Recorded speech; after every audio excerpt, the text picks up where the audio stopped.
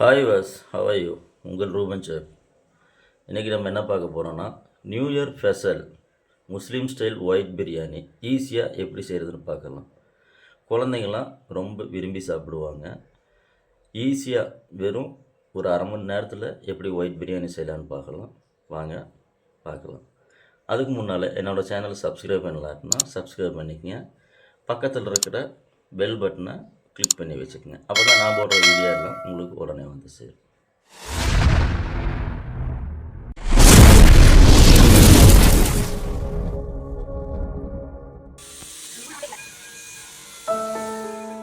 அதுக்கு ஒரு 12 leg piece எடுத்து வச்சுக்கலாம். ஒரு 2 கிலோ பாசுமதி ரைஸு, ஒரு 400 கிராம் ஆயில் ஊற்றிட்டு கூடவே ஒரு 100 கிராம் நெய்யும் சேர்த்துக்கலாம்.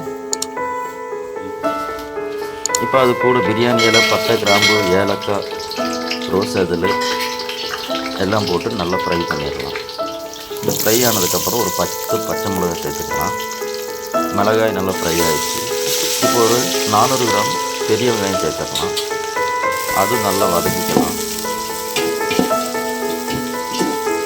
இப்போ அது நல்லா வதங்கினதுக்கப்புறம் இஞ்சி பூண்டு பேஸ்ட்டு கூடவே சேர்த்துடலாம். இஞ்சி பூண்டு பேஸ்ட் பச்சை ஸ்மெல் போகிற வரைக்கும் நல்லா ஃப்ரை பண்ணிக்கலாம். இப்போ கூடவே ஒரு கைப்பிடி அளவு புதினா, ஒரு கைப்பிடி அளவு மல்லித்தலை சேர்த்துடலாம்.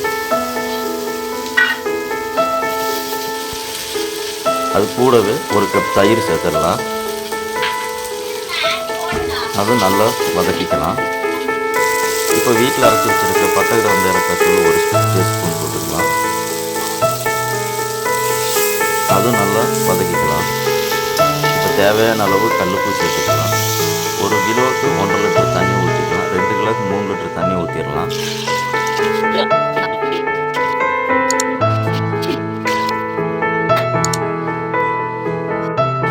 மூடி வச்சிடலாம். தண்ணி நல்லா கொதிக்கட்டும். நல்லா தண்ணி கொதிச்சோன்னா அதில் லெமன் புழிஞ்சிடலாம். இப்போ நம்ம வச்சுருக்கிற பாசுமதி ரைஸை அதில் கொட்டிடலாம். கொட்டிட்டு இப்போ இந்த சமயத்தில் தக்காளி போட்டுடலாம். தக்காளி முதல்லையே போட்டு கலர் மாறிடும். நம்ம ஃப்ளேவருக்கு மட்டும் தான் தக்காளி போடுறது. இப்போ மெதுவாக இப்படி கிளறி விட்டுக்கலாம். ரைஸ் உடையாமல் இப்போ கொதிக்கிட்டோம். இப்போ நல்லா கொதி வந்துடுச்சு. மறுபடியும் மெதுவாக கிளறிக்கலாம். இப்போது நம்ம வச்சுருக்கிற லெக் பீஸை எடுத்து அதில் போட்டுடலாம். லெக் பீஸ் முதல்லையே போட்டு லெக் பீஸ் உடஞ்சிடும். அதனால் ஒரு கொதி வந்தோன்னா போட்டுக்கலாம். உடையாமல் இருக்கும் லெக் பீஸு. பாருங்கள், பாசுமதி ரைஸ் ஒன்றுமே உடையல. பொறுமையாக மெதுவாக கிளறணும்.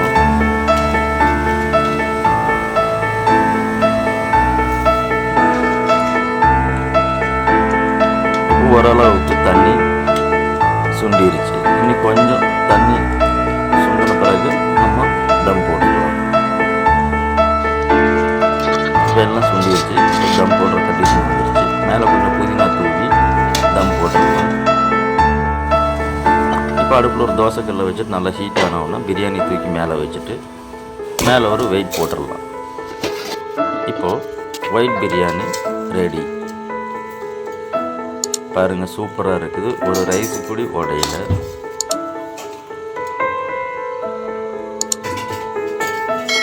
Chicken white biryani ready. பாருங்கள், லெக் பீஸ் எல்லாம் உடையவே உடையாது, அப்படியே இருக்கும். இப்போ எடுத்து பரிமாறலாம். சுட சுட பரிமாறலாம். நீங்களும் வீட்டில் ட்ரை பண்ணி பாருங்கள். குழந்தைங்களும் ரொம்ப விரும்பி சாப்பிடுவாங்க. மசாலா பிரியாணியை விட இது ரொம்ப டேஸ்ட்டாக இருக்கும். நீங்களும் வீட்டில் ட்ரை பண்ணுங்கள். ஓகே, பாய்.